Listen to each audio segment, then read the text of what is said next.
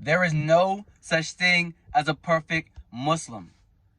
There's no such thing as perfect person. There's no such thing as perfect people. So it's one of those things where if you're not perfect, if there's no such thing as a perfect person, just because you become Muslim doesn't make you perfect. Just because you turn to Islam doesn't mean you're perfect. Okay? So there's nobody that can tell you, oh, you're a bad Muslim because you do this, you do this, you do this. Oh, I'm a great Muslim. I'm the best Muslim because I do this, this, this, and this. Why? Because at the end of the day, the journey is between you and God. If you die right now, when Judgment Day happens, your friends aren't going to be there. It's going to be you and God.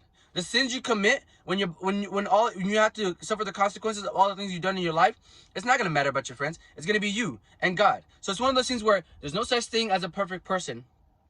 So there's no such thing as a perfect Muslim. Meaning, if you claim to be a perfect Muslim, you're only lying to yourself and you're lying to everybody else. And you need to stop deceiving people and you need to stop lying.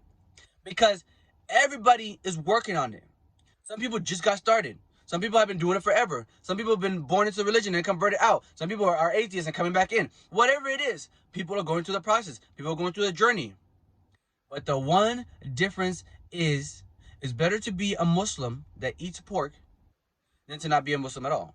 It's better to be a Muslim that smokes weed than to not be Muslim at all.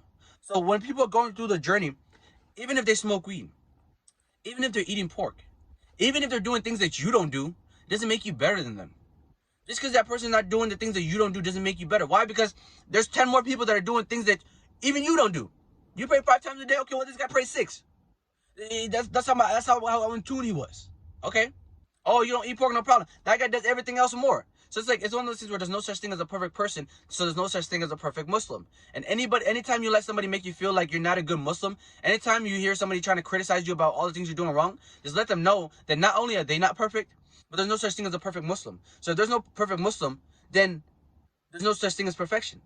If the perfection that you're claiming is God, if the perfection that you want is God, nobody can be God. Nobody can comprehend God, and nobody is God besides the one and true Allah. So if you want to pretend to be perfect, then like I said, not only are you lying to yourself, but you're lying to everybody else too. And you need to stop, Mr. Perfect.